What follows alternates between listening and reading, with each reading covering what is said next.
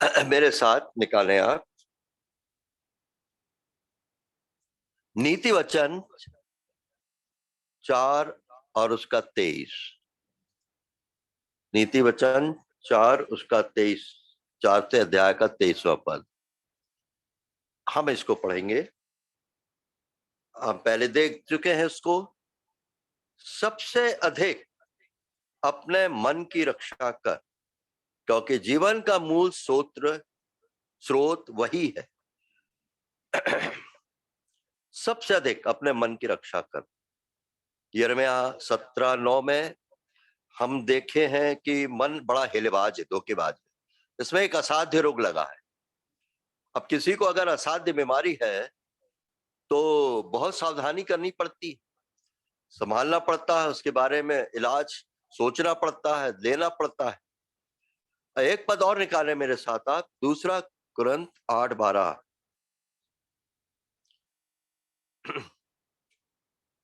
दूसरा कुरिन्थ 8:12। क्योंकि यदि मन की तैयारी हो तो दान उसके अनुसार ग्रहण भी होता। मैं एक ही भाग लेना हूं।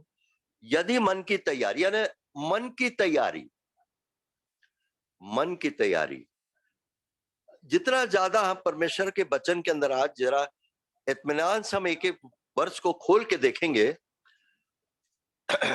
मैं आपके साथ एक बार फिर से जब इसको रिपीट करूंगा लूंगा तो वो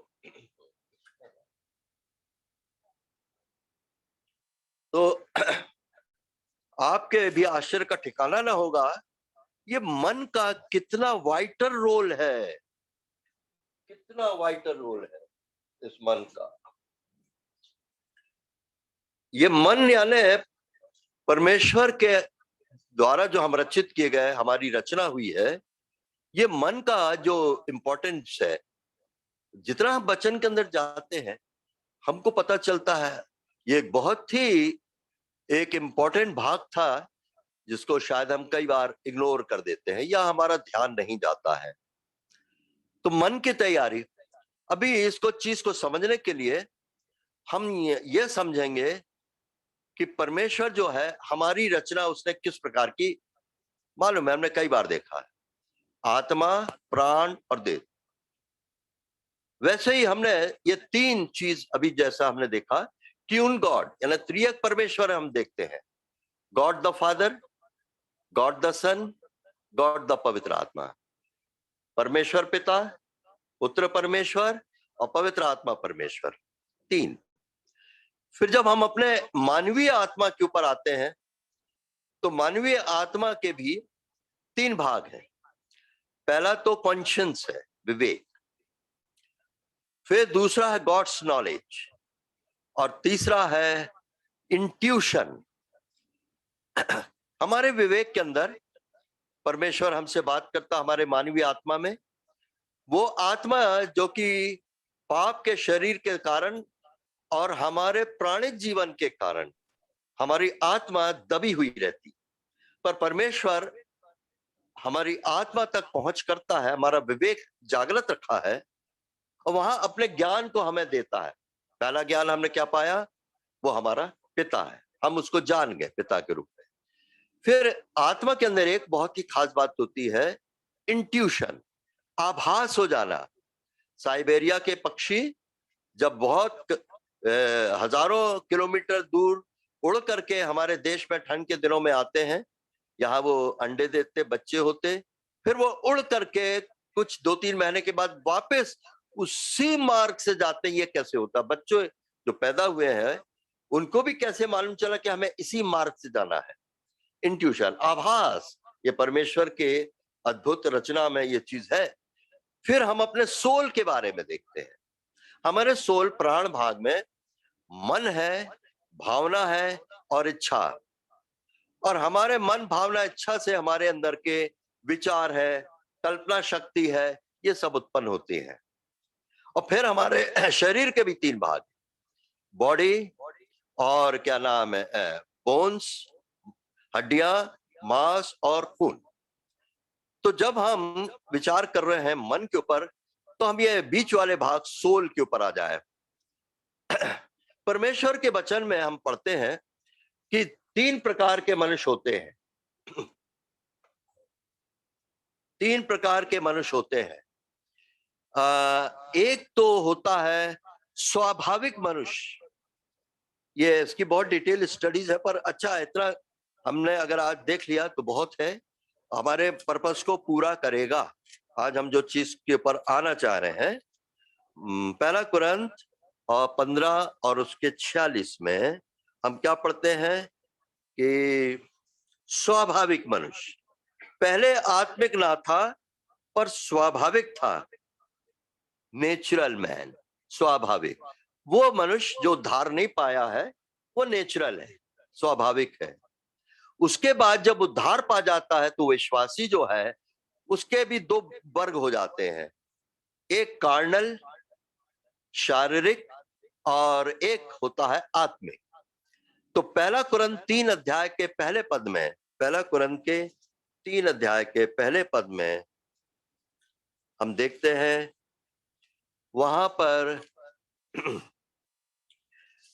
हे भाइयों, मैं तुमसे इस रीति से बातें ना कर सका जैसे आत्मिक लोगों से, परंतु जैसे शारीरिक लोगों से, और इंग्लिश में है सोलिश या प्राणिक, और उनसे जो मसीह में बालक है।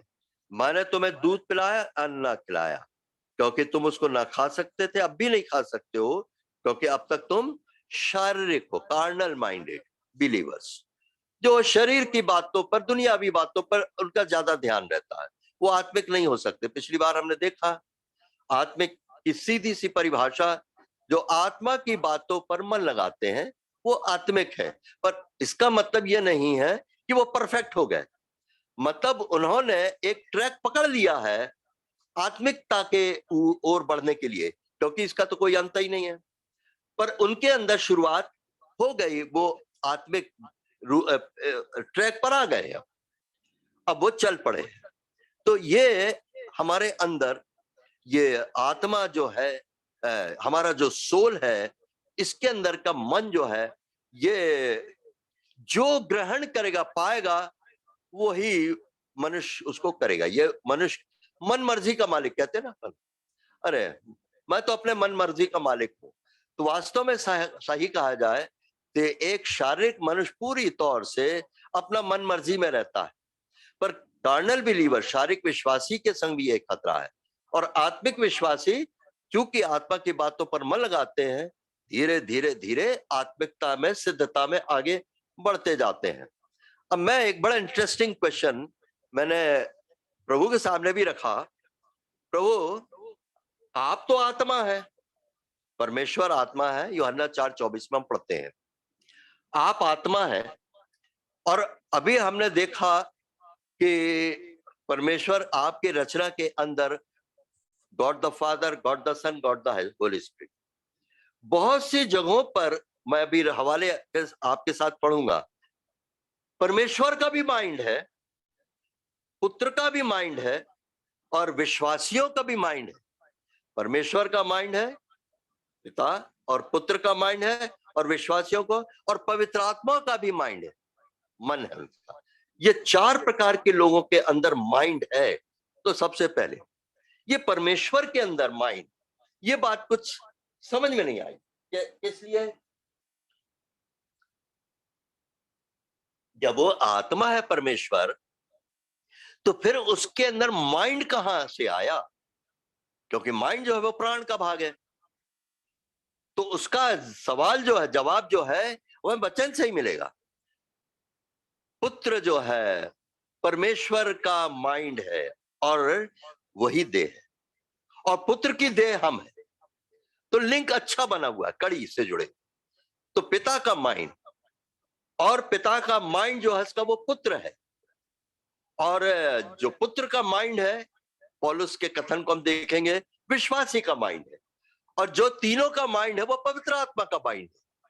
तो 4 माइंड अगर एक हो जाए तो परमेश्वर के विचार में जो मनुष्य के लिए एक बड़ी भारी सोच है कि वो उसको अधिकार और महिमा से क्राउन करना चाहे, उसको मुकुट धरना चाहता है। मनुष्य के ऊपर वो अपनी महिमा का और अधिकार का क्राउन, मुकुट रखना चाहता है उसके पुत्र में। तो परमेश्वर का माइंड। अब प्रश्न पर जाए हम, फिलिप्पुस के प्रश्न पर। मेरा ध्यान परमेश्वर ले गया कि यूहन्ना रचित सुसमाचार और उसके 14वें अध्याय को हम देखें। यूहन्ना रचित सुसमाचार उसके 14वें अध्याय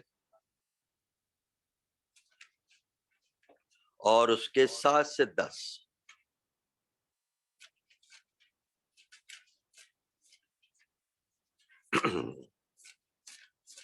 यदि तुमने मुझे जाना होता तो हाँ। मेरे पिता को भी जानते और अब उसे जानते हो और उसे देखा भी है।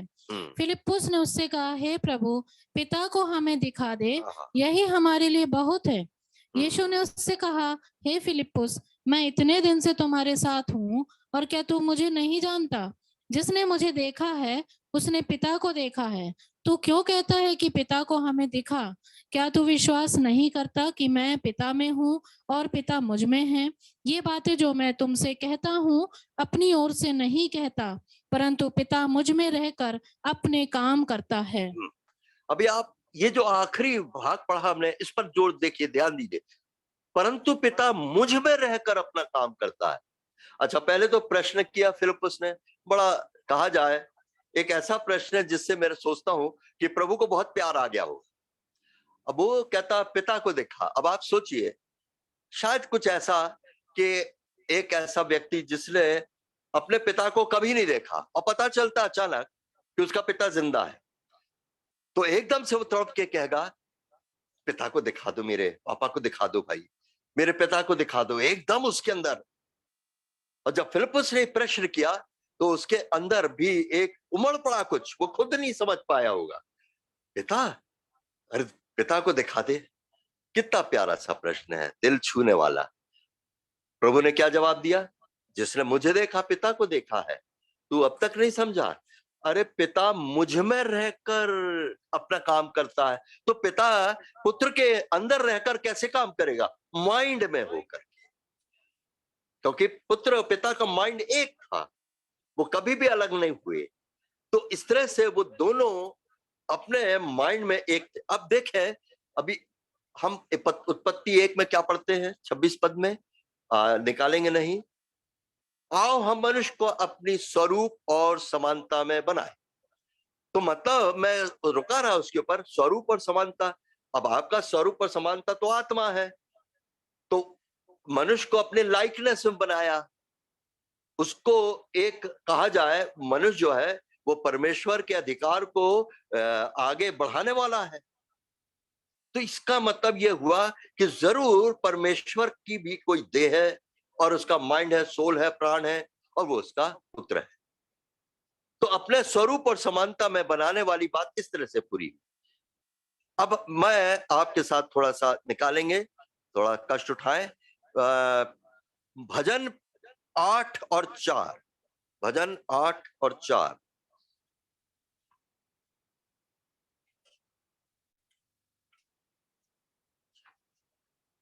तो फिर मनुष्य क्या है कि तू उसका स्मरण रखे, और आदमी क्या है कि तू उसकी सुधि ले। इंग्लिश में बहुत अच्छा है, माइंडफुल ऑफ मैन। पिता के बारे में है, परमेश्वर के बारे में, माइंडफुल ऑफ मैन। अब 111 और 5 को देखें। परमेश्वर के लिए है ये, वो परमेश्वर जो माइंडफुल ऑफ मैन है। उसने अपने डरवैयों को आहार दिया है, वह अपनी वाचा को सदा तक स्मरण रखेगा। इंग्लिश में है माइंडफुल ऑफ हिज कवेनेंट। उसके वाचा के अंदर वो परमेश्वर का माइंड जो है, उस माइंड के अंदर उसकी जो वाचा है, जो उसने मनुष्य के साथ उसके पुत्र में बांधी है, उस वाचा को वो स्मरण करता, माइंडफुल है वो। अब रोमन्स और उसके 11 में निकालें। रोमन्स उसके 11, बहुत बार हमने उसको पढ़ा है। 33 और 34 पद। आहा, 11, 33 और 34 रोमन। आहा, परमेश्वर का धन और बुद्धि और ज्ञान क्या ही गंभीर है। इंग्लिश में बुद्धि की जगह माइंड है, एक ही चीज है, बुद्धि और माइंड। क्या ही गंभीर है, उसके विचार कैसे अथाह और उसके मार्ग कैसे अगम है। प्रभु की बुद्धि को किसने जाना, वही सवाल आ गया ना। अरे प्रभु का माइंड कहाँ है? वो तो आत्मा है। प्रभु का माइंड हमारा प्रभु है, यीशु उद्धार करता हमारा जो है वो माइंड है उसका। प्रभु को की बुद्धि को किसने जाना, या उसका मंत्री कौन हुआ? तो फिलिप्पुस का वही प्रश्न आया ना कि प्रभु की बुद्धि को जिसने जाना उसने प्रभु को जान लिया, और जिसने प्रभु यीशु मसीह को जाना उसने परमेश्वर को पहचान लिया, जान लिया, मिल गया उससे वो। और उसका मंत्री, काउंसलर, बड़ी अजीब बात है। मनुष्य जो है वो परमेश्वर की माइंड में काउंसलिंग दे सकता है। काउंसलिंग मूसा ने दिया, हम निकालेंगे नहीं। जब वो उसको परमेश्वर ने बोला मैं तेरे द्वारा आगे बढ़ूंगा, जाति बनाऊंगा, नहीं नहीं नहीं, उसने काउंसलिंग की। इब्राहिम ने परमेश्वर के साथ काउंसलिंग की लूत के लिए। तो खैर ठीक है, ये मनुष्य वाले माइंड की बात है। अब हम देखें पुत्र के लिए माइंड ऑफ क्राइस्ट, मत्ती 11:29, बहुत बार पढ़े हम, मत्ती 11:29।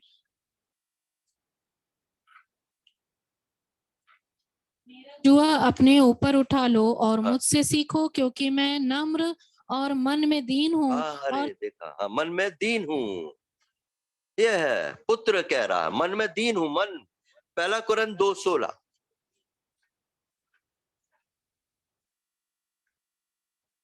पहला कुरिन्थ 2:16।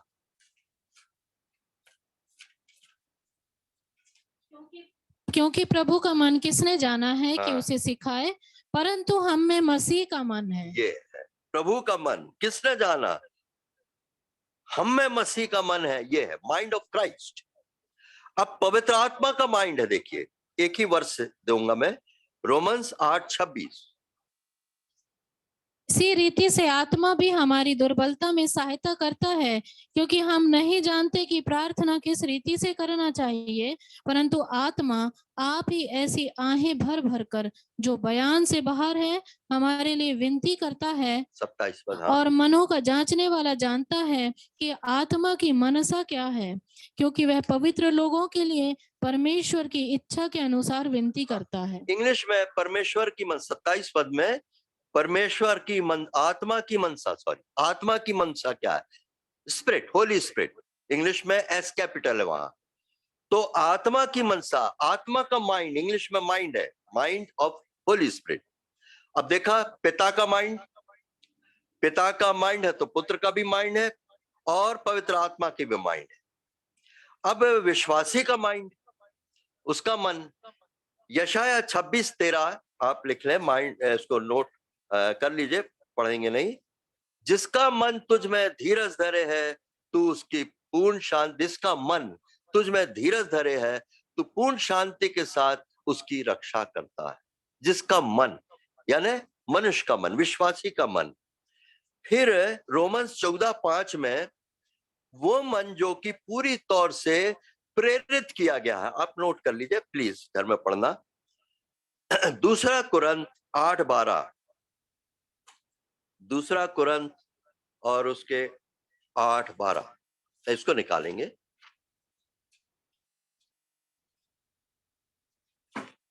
वो अभी हम पढ़ चुके हैं। क्योंकि यदि मन की तैयारी हो, किसके मन की? विश्वासी, हम, हमारे मन की तैयारी हो, है ना, तो मन की तैयारी। फिर आप नोट कर ले प्लीज घर और पढ़ लेना। फिलिपियंस 1:27 और Philippians 2:2 be of one mind. प्रभु के लोगों के लिए पौलुस प्रेरणा दे रहा है, एक मन रहो। फिर हम पढ़ते हैं पहला पत्रस और उसके 1:13 में, पहला पत्रस 1:13, पहला पत्रस 1:13।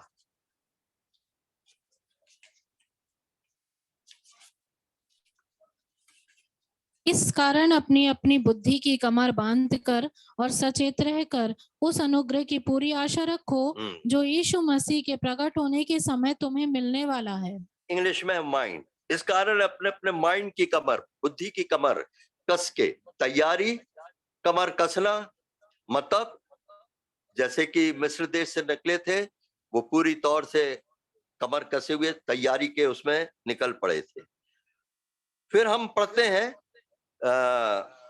रेवलेशन 2:23, प्रकाशित 2:23, प्रकाशित 2:23।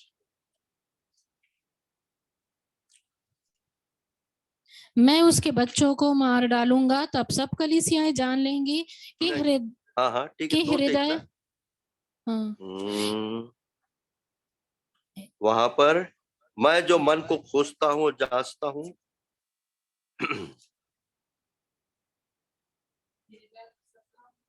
नहीं, I am he who searcheth the spirit, mind and spirit, आत्मा और शरीर को। मैं बाद में इसको और रेफरेंस बता दूंगा। प्रकाशित 2:23 में मैं लिखा पर गलत है, यिर्मयाह 17 में। अच्छा, मैं वो हूं जो आत्मा को, अच्छा यिर्मयाह 17:6, हाँ उसमें भी है, प्रकाशित वाक्य में भी है। तो वहां पर आत्मा व शरीर को नहीं लिखा, माइंड को जांचता हूं। I am he who searcheth the mind, mind को जांचता हूं। आत्मा शरीर को क्यों नहीं जांचता हूं, आत्मा शरीर को क्यों नहीं परखता हूं? एक बहुत ही इंपॉर्टेंट ट्रुथ की तरफ आ जाते हैं। यानी ये माइंड को जांचना परमेश्वर क्यों इतना महत्वपूर्ण समझ रहा है? क्योंकि यही बैटलफील्ड है माइंड, यही माइंड है सोल का एक भाग, जहां पर निर्धारित निश्चय हो जाता, हार और जीत का फैसला हो जाता है। और जो आत्मा की बातों पर मन लगाते हैं, उनके लिए एक बहुत अच्छा प्रोसेस है। हम इसको समझ के अगर चलेंगे तो बहुत आनंद होगा। अब इसको देखिए, मन के अंदर तैयारी है, हम परमेश्वर के वचन के ऊपर मन लगाते हैं, पढ़ते हैं, क्योंकि जैसा कि दाऊद भी 119 में पूर्ण मन से, सारे मन से बोलता है, मैं वचन पढ़ता हूँ, ये सब करता हूँ, सारे मन से आता हूँ तेरे पास। तो जब हम सारे मन से, पूरे अपने मन की कमर को कस के, बुद्धि की कमर को कस के जब हम परमेश्वर के पास आते हैं, तो हमारा मन जो है वो आत्मिकता की ओर उसका राह हो जाती है। अब ये मन जो है, ये दो तरफ दुश्मनों से, एक तरफ तो दुश्मन से घिरा है, और एक तरफ जीवित जीवन की आत्मा की व्यवस्था उसकी आत्मा में, एक तरफ पाप का शरीर है। अब अगर मन जो है आत्मा की बातों में मन नहीं लगाएगा, माइंड, तो फिर उसका शरीर जो है वो अपर हैंड ले लेगा मन के ऊपर, और क्या करेगा? मन जो है फिर वही करेगा जो शरीर से आ रहा है, इंद्रियों के द्वारा। अब वो दास बन जाएगा उसका।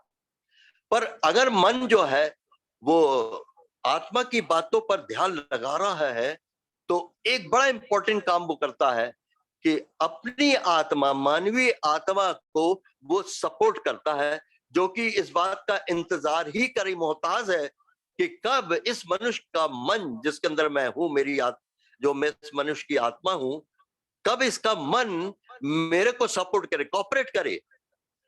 और जैसे ही एक विश्वासी अपने मन को कॉपरेटिव वे में आत्मा से लिंक करता, जोड़ता है, तो आत्मा क्या करती है? तुरंत उस आत्मा के अंदर जीवन की आत्मा है, पुनरुत्थान का स्वर्गारोहित जीवन है, वो आत्मा के अंदर से वो मन उस पावर को, अथॉरिटी को खींच कर लाता है अपने वापस जगह पर, प्राण में। और फिर वो दोनों मिलकर के, कौन? जीवन का आत्मा यानी पुनरुत्थान की सामर्थ्य के साथ आया हुआ है, पावर है, और ये मन जो है, अब वो कहा जाते हैं हमारे शरीर की तरफ।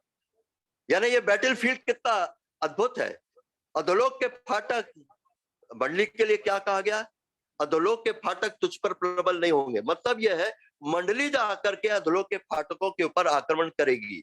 यही बात एक विश्वासी के अंदर है कि जब पवित्र आत्मा जो है, जीवन की आत्मा जो है, पुनरुत्थान की जो आत्मा है, स्वर्गारोहित जीवन की जो आत्मा है, वो मेरे आत्मा में से निकलकर मेरे प्राण वाले भाग मन में आया, वहां से वो सेना जो है, हमारा कैप्टन आगे बढ़ा और जा करके हमारे शरीर के अंदर देह की क्रियाओं को मारने के लिए एक अच्छा तैयारी हो गई।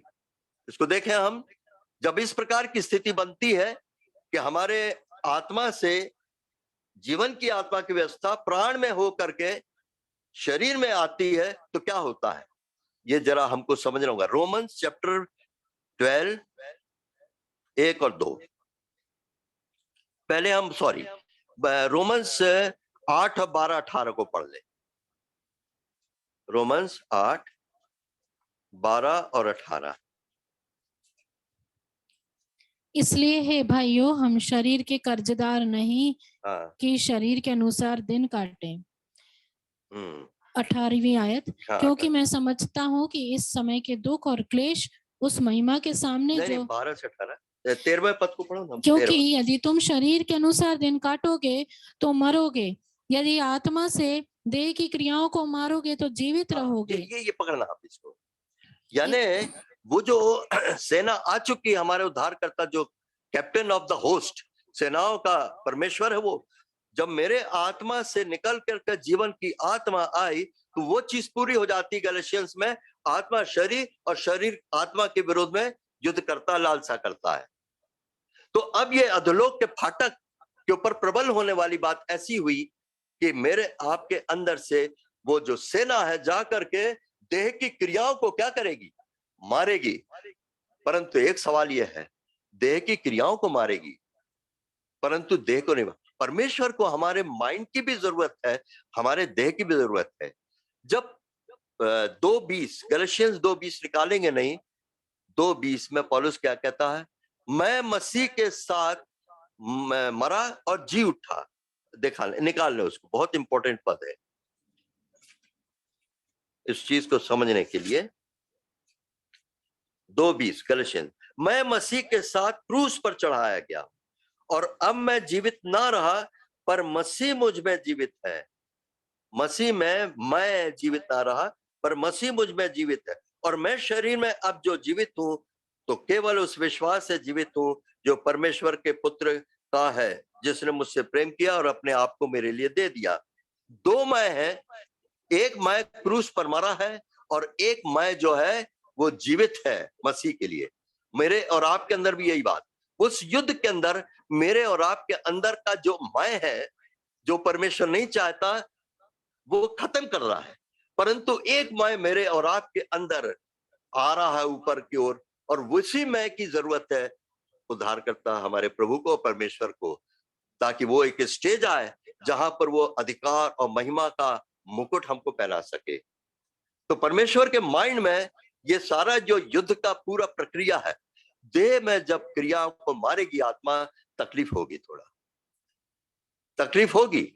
कई बार हम आसानी से हम नहीं मान सके, फिर क्या होगा, परमेश्वर जो है अपने योजना के तहत हमारे परिस्थितियों में कुछ लाएगा, प्रॉब्लम्स आएंगे, शरीर में दुख बीमारी तकलीफ आएगी। कई बार हम सोचते कोई पाप के कारण आया, नहीं, ये परमेश्वर हमको पवित्रीकरण, हमारे अंदर हमको शुद्ध और पवित्र करने के लिए, अपने तैयारी करने के लिए उस मैं से छुड़ाना मांग रहा है जो नुकसानदायक है। जैसे कि एक आदमी के शरीर में अपेंडिक्स है, कैंसर है या कुछ ऐसा है तो काट करके निकालना है, अगर नहीं निकालेंगे तो मरेगा, अगर काट के निकाल देंगे तो वो स्वस्थ हो जाएगा। वैसे ही परमेश्वर जो है मेरे और आपके संग व्यवहार करता है, हम उस समय उसके इस व्यवहार को, ऑपरेशन को जो करता नहीं समझ पाते, और कई बार हम अधीर हो जाते, परेशान हो जाते, क्या हो रहा है प्रभु। पर एक धीमी आवाज अगर हम ध्यान से सुने आएगी, नहीं नहीं, मैं तेरे देह की क्रियाओं को मारने के लिए ये सब कर रहा हूं, बिना इसके काम नहीं बनेगा, ऑपरेशन करना पड़ेगा। और तब क्या होगा, रोमन्स 12:1-2, रोमन्स 12:1-2, इसलिए हे भाइयों, मैं तुमसे परमेश्वर की दया स्मरण किला के कर विनती करता हूं कि अपने शरीर को जीवित और पवित्र और परमेश्वर को भावता हुआ बलिदान करके चढ़ाओ, यही तुम्हारी आत्मिक सेवा है।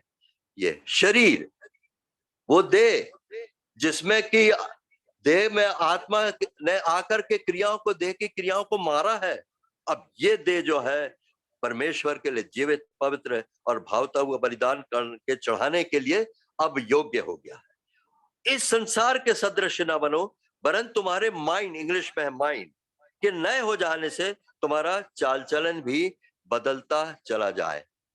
तो ये है एक पिक्चर जो हमारे अंदर हमको क्या चल रहा है अब समझ में आएगा। अच्छा, ऐसा होता है, रिवर्सिबल एक्शन है, रिवर्सिबल। हमारे मन से हमारा मन, हमारे प्राण से, सॉरी, हमारे प्राण से हमारा मन हमारी आत्मा में गया, सहयोग किया, कोऑपरेट किया, अपनी सहमति जताई, वचन से पढ़ा, हमारी आत्मा ने तुरंत जीवन की आत्मा से पावर अथॉरिटी लिया और वो पुनरुत्थान का जीवन आया और हमारे प्राण में से होते हुए वहां पर भी उसने खलबली की। अभी वो भाग छोड़ दे रहा हूं, मेरे और आपके प्राण के भावना और इच्छा वाले भाग को भी पहले वहीं पर ठीक ठाक करना, फिर आगे बॉडी की तरफ बढ़ा, क्योंकि हमारी भावना भी हमें बहुत धोखा देती हैं। अब देखो ना, आदम को भावना ने धोखा दिया। वो अपनी पत्नी से इतना प्यार करता था कि प्रभु का प्यार, परमेश्वर का प्यार दूसरे स्थान पर आ गया, कि जब वो पत्नी ने वो फल खिलाने के लिए बात की तो इतना प्यार करता था, ओहो मेरी प्यारी पत्नी मुझको खिला रही है। भावना, ये गलत प्रकार की भावना ने क्या कर दिया, सारा बर्बाद कर दिया उठा के। ये भावना भी बड़ी खतरनाक, और इच्छा शक्ति भी। परमेश्वर ने हमको स्वतंत्र बनाया, रोबोट नहीं। और वो बिल्कुल अपने राज्य में, अपने प्रशासन में, शासन में वो रोबोट नहीं देखना चाहता। उसके पुत्र में हम सबको एक स्वतंत्रता की सिद्ध व्यवस्था में देखना मांगता है। हमारी आइडेंटिटी खत्म नहीं होगी, बल्कि हम अभी से कहीं ज्यादा स्वतंत्र हो जाएंगे। कई बार ऐसा शैतान बोलता है, अरे इस प्रकार से तुम एक प्रकार से तो गुलामी हो, है परमेश्वर की गुलामी है ये तो, परमेश्वर जैसा कहेगा वो तुम करोगे। पौलुस कहता है, आप इसको निकाल के देखें, 7 अध्याय, पहला कुरिन्थ और उसके 7 अध्याय में बहुत अच्छी है ये विचार इसके अंदर, आप इसको पकड़ने की कोशिश करें। और उसके 25वें पद में, कुंवारियों के विषय में प्रभु की कोई आज्ञा मुझे नहीं मिली, परंतु उसने कुछ सलाहें दे डाली। इसने कोई खतरा मोल नहीं लिया। आखिर पद में आए 40 पद में, परंतु जैसी है वैसी रहे, यानी कुंवारियों के लिए, तो मेरे विचार से और भी धन्य है। और मैं समझता हूं कि परमेश्वर का माइंड मुझ में, इंग्लिश में है, मेरे अंदर परमेश्वर का माइंड है। अब आप ये देखो, पौलुस इस बात को लाने में डर नहीं रहा है कि उसने कुंवारियों के विषय में कुछ सम्मति, सलाह दे डाली। अरे कहता, परमेश्वर से मुझे आज्ञा नहीं मिली, तो फिर तुमने हिम्मत कैसे की? पौलुस को परमेश्वर दपट सकता था। तुमने इस प्रकार का सलाह देने की कुंवारियों के विषय में, मेरी तरफ से तुम्हारे को क्या हिम्मत नहीं मिली? क्यों तुमने मेरे से सलाह नहीं ली? क्यों? सीधी सी बात, वो कहता है, हम में मसीह का मन है, हम में मसीह का मन है। अभी हम इसको देख चुके हैं कई बार, and we have the mind of Christ. देखना कहां पर है, पहला कुरिन्थ के ही अंदर है 2 अध्याय उसके 16वें आयत में, परंतु हम में मसीह का मन है। अब अगर मसीह का मन है तो जरूरत नहीं है कि मसीह से अब हम पूछें, क्योंकि उसका माइंड और हमारा माइंड एक चुका है, हो चुका है, तो फिर हम वही करेंगे जो उसका माइंड है, तो हमको डर की जरूरत ही नहीं है। हम कई बार बहुतों को कई सलाह दे जाते हैं, बाद में सोचते पता नहीं परमेश्वर की ओर से ये सलाह दी थी कि नहीं मैंने। पर यदि मैं और आप परमेश्वर के माइंड, मसीह के माइंड के साथ एक है, तो कई बार परमेश्वर की तरफ से, मसीह की तरफ से हमको कोई उत्तर नहीं मिलेगा किसी बात के, किसी को सलाह देने के लिए, पर हम दे देते हैं, वहां साइलेंट है हिसाब। परंतु हमारे जो सलाह है या जो समझाइश है वो काम करती है, क्योंकि हम धीरे धीरे मसीह के साथ एक हो रहे हैं। अब इसको ऐसा समझे, जब मेरे और आपके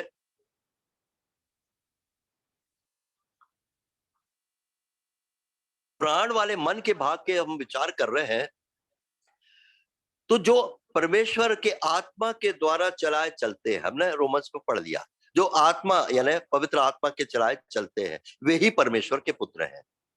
अब ये परमेश्वर के आत्मा के चलाए चलने वाली बात को अच्छा है, हम ऐसा समझ सकते हैं जैसे कि मेरे और आपके जीवन की गाड़ी का स्टीयरिंग उसके हाथ में है, क्योंकि हमने सहमति दी, जीवन की आत्मा की व्यवस्था एक ड्राइवर के रूप में मेरे और आपके मन के अंदर शासन करने लगी। हमने इसको पसंद किया, इस शासन को। हमने कहा ठीक है, अब मेरा जो शरीर है वो धार्मिकता का दास बनेगा। इस बात मेरे लिए खुशी है मुझको। ये पाप का दास क्यों रहे? मैं कर्जदार नहीं हूं अपने पाप का शरीर का। अभी हमने पढ़ा, हम कर्जदार नहीं है। तो यानी कर्जे से हम छूट गए। अरे कर्जे से आदमी जब छूट जाता है कितना खुश होता है। पाप के शरीर के कर्जे से मैं और आप छूट गए और मैं अब धार्मिकता के कर्जे में आ गए। बहुत अच्छा ये कर्जा, तो बहुत अच्छा, जितना बढ़े उतना अच्छा है। और अब वो स्टीयरिंग व्हील पर आकर के, स्टीयरिंग पर आकर के पवित्र आत्मा जो है, वो जीवन की आत्मा जो है, अब वो संभाल रही स्टीयरिंग। अब वो, उसको मालूम है सड़क कैसी है। अब हम राजमार्ग की बात किए, हाईवे और रोड की बात किए, तो अब आ तो गया वो। अब हमारे को डरने की जरूरत नहीं, हमने उसके हाथ में दे दिया। अब प्रभु अब आप ही चलाइए। हालांकि इस बात में सावधानी, हम निष्क्रिय मन नहीं है हमारा। हमारा मन पूरी तौर से सक्रिय है। निष्क्रिय मन खतरनाक है। उसमें हम ये सोचते हैं अरे ठीक है, जब परमेश्वर को यही पसंद है, अब ये हमारे जीवन में जो परिस्थिति आई है ये ठीक है। अब उसमें हमने कहा, अपने आप को ढीला छोड़ दिया, अरे हमने अपने माइंड को ही शांत कर दिया। नहीं नहीं, ये गलत। तो अब मेरा माइंड जो है वो अब पूरी तौर से देख रहा है कि परमेश्वर जो है, प्रभु का आत्मा या जीवन की आत्मा किस प्रकार से उबड़ खाबड़ चीज रास्तों में से जा रहे हैं ना। जो विश्वासी प्रभु के संग चलने की सोच रहे हैं, वो हाईवे बहुत ही उबड़ खाबड़ भी है। कितनी कितनी मुसीबतें हैं, कितनी कितनी तकलीफें हैं, समस्याएं हैं, परेशानियां हैं, बीमारियां हैं। पर अब हमको चिंता करने की जरूरत नहीं, हम सेफली पार हो जाएंगे। क्योंकि जो बैठा है स्टीयरिंग पर, अब वो चाहे कार का स्टीयरिंग हो, चाहे वो एरोप्लेन का स्टीयरिंग हो। क्योंकि हम यशाया 40 के आखिरी पद में क्या पढ़ते, जो यहोवा की बाट जोते हैं वो उड़ेंगे लोग। अब वो स्टीयरिंग लिया है एरोप्लेन में, हम बैठ के, हमको बड़ा डर लगता है। मैं तो अगर कहूँ, कोई कहे कि एरोप्लेन में चलो भाई, तो मैं कहूँगा मेरे को नहीं जाना, बहुत ही खतरनाक है। तो वैसे ही हमारा प्रभु भी जो है कहता उड़ेंगे। अरे तो मतलब ये है कि स्टीयरिंग उसके हाथ में, तो अब चिंता करने की जरूरत नहीं है। वो हमारा जीवन का एरोप्लेन ले जाएगा उड़ा करके, और फिर हम चलेंगे, दौड़ेंगे, तो स्टीयरिंग उसके हाथ में। और एक चीज और है, हम मूक बैठे नहीं है। अब मेरा पास एक कार थी पुरानी जबलपुर में, और मेरा जो ड्राइवर था उसने मुझको उसको क्या नाम है, असेंबली में एक जवान भाई था, उसने मेरे को कार चलाना सिखाया। हालांकि मैं अच्छे से सीख नहीं पाया, पर थोड़ा थोड़ा 15-20 दिन कुछ चलाया, स्कूल गया, ये सब किया। अब वो कैसा सिखाता था, बैठ जाता था और बाजू में मुझको बिठा लिया, और वो मुझको सिखाता जाता था। उसके बाद कहता था कि अब आप यहाँ बैठो, मैं यहाँ बैठता हूँ, ठीक है। फिर उसने मुझको बैठ करके सिखाया स्टीयरिंग का। और उसके बाद बोला, अंकल अब मैं बाहर जाता हूँ और अब आप चलाओ। रात के समय ग्राउंड में। अरे नहीं नहीं नहीं, अभी नहीं, नहीं आप चलाओ, मैंने आपको जैसा बताया है। आप जब घुमाने लगो तो आप घुमा देना और स्टीयरिंग छोड़ देना, वो अपने आप ऐसा हो जाएगा स्टीयरिंग। तो मैंने इस तरह से कार चलाना सीखा, किसी हद तक कहा जाए तो। मतलब इंटरेस्टिंग चीज यह है, और हमारे को इस एग्जाम्पल से जो बताया, एक समझने वाली बात यह है, हम सिर्फ बैठे ही नहीं है, हम एंजॉय नहीं कर रहे हैं। क्या वो स्टीयरिंग में ड्राइवर बैठा, अरे पवित्र आत्मा अगर ऐसे ही हम एंजॉय कर रहे हैं, तो वो एक ड्राइवर सिंपल, हमको उसको पूरा आदर देना है। वो हमें कुछ सिखा रहा है, इधर देखो जी, मैं ऐसा ही नहीं, तुम्हारा माइंड मेरा माइंड कब एक होगा, जब तुम मुझसे सीखोगे। तो प्रभु यीशु मसीह ने कहा, मैं मन में दीन हूं, मुझसे सीखो। मत्ती 11:28, और इंग्लिश में बहुत अच्छा है, लर्न ऑफ मी, मुझसे सीखो। तो मैं और आप उसके माइंड के संग एक होने के दिशा में हम सीख रहे हैं। और एक समय आएगा, वही पौलुस जैसी बात, अब प्रभु कहेगा मैं बाहर जाता है, अब तुम चलो, क्योंकि अब तुम्हारा मेरा माइंड एक हो गया। अब मैंने जो तुमको ट्रेनिंग दी है, अब वो ट्रेनिंग में तुम चलोगे। अब मैं चला रहा हूँ, अब मैं तो अच्छे से नहीं चला पाया, पर जो कार अच्छा चलाना जानते हैं, जैसे हमारे भाई, और जब कहीं खाली हुआ या इसमें जाते तो एंजॉय करते हैं, है ना। हालांकि मैं इतना एंजॉय नहीं, बड़ा टाइट बैठता था, कहीं कुछ हो ना जाए। तो ये जो ड्राइविंग है, अब प्रभु कहता, हाँ अब प्रभु बैठा है, मजा आ रहा, अब आनंद आ रहा ना, हाँ प्रभु, अब खुद चलाने में जो आनंद आ रहा है, आपके बैठने पर भी आनंद आ रहा था, परंतु अब लग रहा है कि मैं हाँ लेपालक पुत्र बन गया। मतलब अब मैं ग्रोन अप चाइल्ड। अब संक्षिप्त जो हम पढ़ते थे रोमन्स 8:12 से 18 में, जितने आत्मा के चलाए चलते हैं वे परमेश्वर के पुत्र हैं, संतान नहीं, संक्षिप, बेबीहुड नहीं, चाइल्डहुड नहीं, संक्षिप में है। तो ये एक इंटरेस्टिंग चीज है। हमारे अंदर प्राण में ड्राइविंग सीट पर कौन बैठा है? हम लर्नर है पहले, पर एक दिन आएगा एल हट जाएगा, जो लगा रहता कार के पीछे, और हम भी इस लाइफ में प्रभु के आत्मा के सिखाए हुए चल रहे हैं, आनंद उठाएंगे। और ये मसीह का मन जो है वो परमेश्वर का मन भी है, पवित्र आत्मा का भी मन है, हमारा भी मन है। एक सिर्फ मैं हवाला और दूं। अब सवाल यह है कि कई बार मेरा और आपका मन या प्राण गिर जाता है। यशायाह भजन 42:5। अब उस दशा में क्या किया जाए? हर समय से जैसी स्थिति नहीं रहती मन की। भजन 42 देखिए, उसके पद ऊपर से हम पढ़ते हैं। पहले पद में मैं तेरे लिए हाँफता हूं। दूसरे पद में दाऊद कहता है मैं प्यासा हूं। फिर चौथे पद में कहता हूं मेरा प्राण शोकित हो जाता है। क्यों? प्रभु के लोगों की संगति से बाहर हो गया, इसलिए प्राण शोकित हो गया। आप पढ़िए उसको, देखें। मैं भीड़ के संग जाया करता था, मैं जय जयकार और धन्यवाद के साथ उत्सव करने वाली भीड़ के बीच में परमेश्वर के भवन को धीरे धीरे जाया करता था, यानी अब नहीं जा रहा है। तो ये स्मरण करके अपने माइंड में वो प्राण उसका शोकित हो गया। 5 पद में हे मेरे प्राण तू क्यों गिरा जाता है। 11 पद में हे मेरे प्राण तू क्यों गिरा जाता है। अब ऐसी दशा भी जब विश्वासी की आ जाए तब क्या होगा? ऐसा नहीं है। परमेश्वर को मालूम है कि किस प्रकार से इस विश्वासी की ऐसी दशा में जहां उसका प्राण जो है वो गिर गया है, मतलब क्या हो गया? उसका मन भी गिर गया, उसकी इच्छा भी गिर गई, उसकी भावना भी गिर गई। और दूसरे शब्दों में मन मर गया, इच्छा मर गई, भावनाएं भी मर गई। होता है कई बार, कुछ मन नहीं करता, सब ऐसा लगता है डेड, मरा बिल्कुल। ऐसी दशा में परमेश्वर हमको छोड़ नहीं देता। अब तुम्हारा मन तो है, तुम्हारी आत्मा के संग कोऑपरेट नहीं किया, अब मैं क्या कर सकता हूं?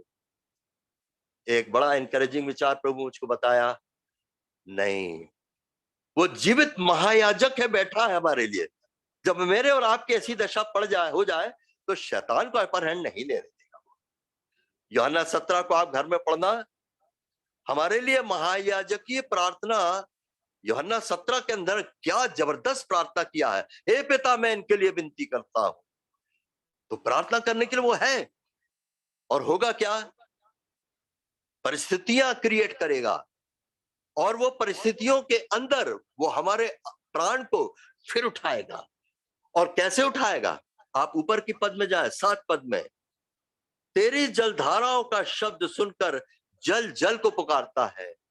जब विश्वास के द्वारा स्वर्गारोहित मसीह को हम पुकारते हैं, यानी प्रार्थना का इंपॉर्टेंट रोल है यहां।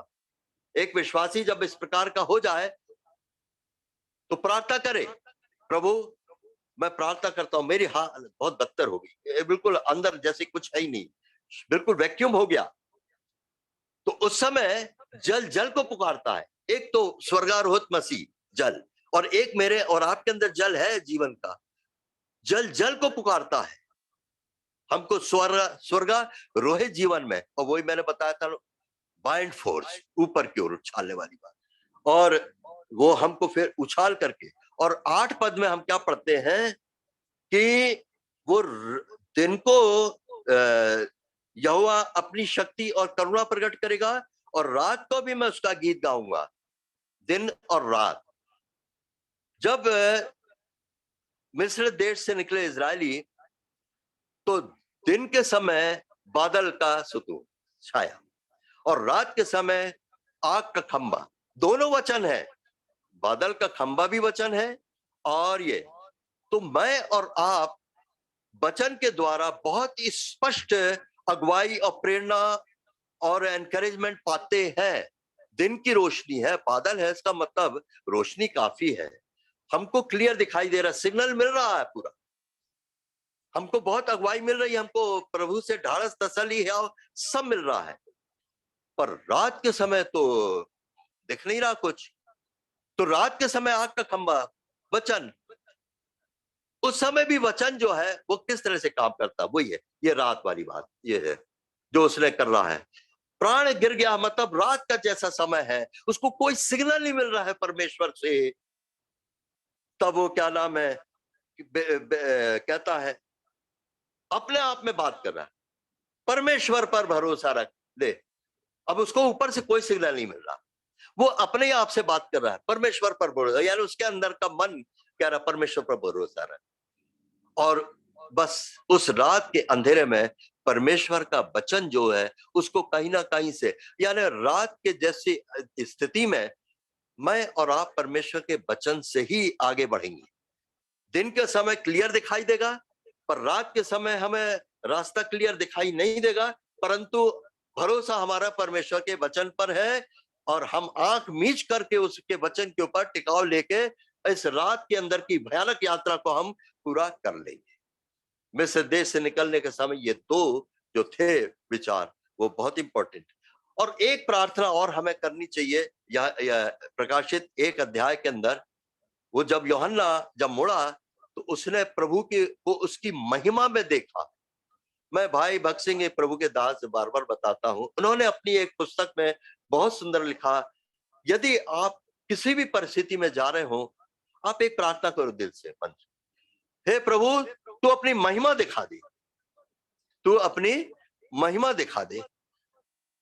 और आप सोचो कि पता नहीं इसका उत्तर मिले, जरूर मिलेगा। आप मन से प्रार्थना करिए, प्रभु अपनी महिमा दिखा दे। और जब वो मन से आप प्रार्थना करेंगे, महिमा दिखाएगा, तो मन की आंखें खुली तो होनी चाहिए। अगर मन की आंखें बंद है तो फिर कैसे दिखाई देगा?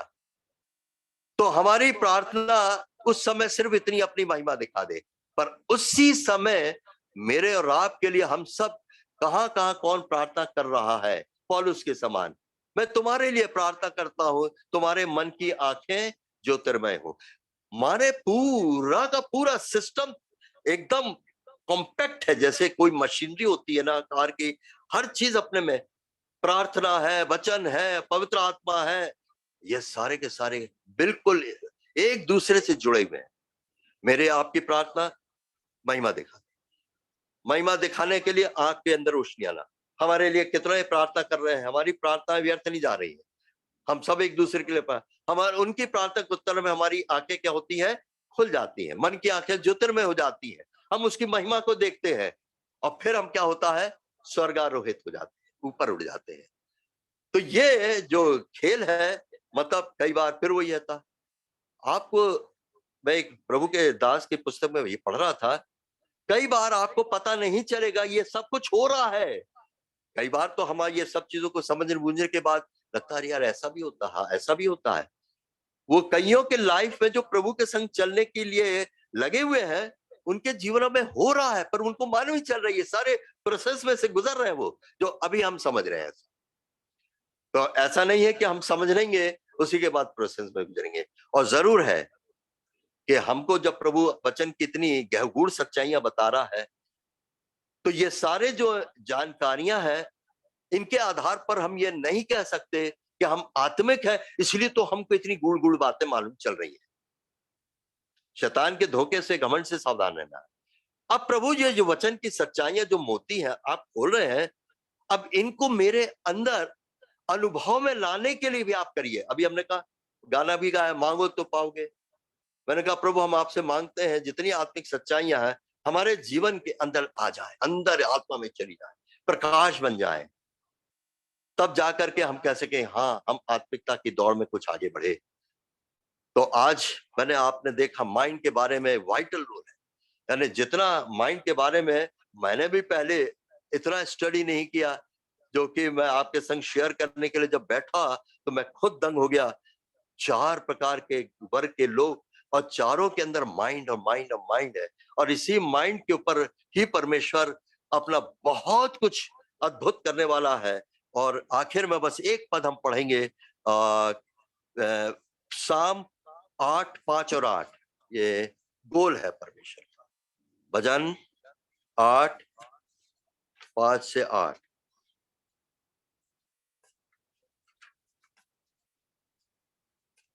कि तूने उसको परमेश्वर से थोड़ा ही कम बनाया है और महिमा और प्रताप का मुकुट उसके सिर पर रखा है। तूने उसे अपने हाथों के कार्यों पर प्रभुता दी है।